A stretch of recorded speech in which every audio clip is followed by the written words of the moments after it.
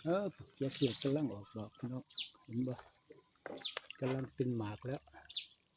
ผลผลิตที่ได้นะครับ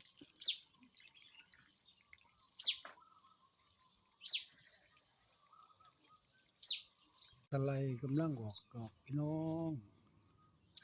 หมากไส้บานเจ้าเอื้อนหมากอีหยัง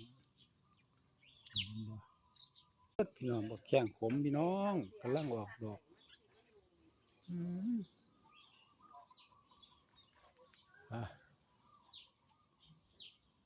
สวนบ่กำลังเก็บหมากหลายแท้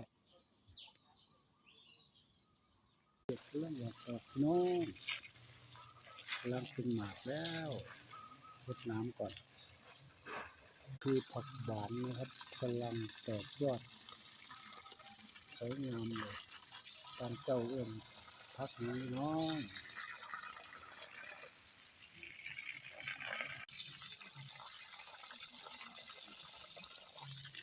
ถั่วกำลังออกดอกถั่วกำลังออกดอกเต็มเลยรดน้ำก่อน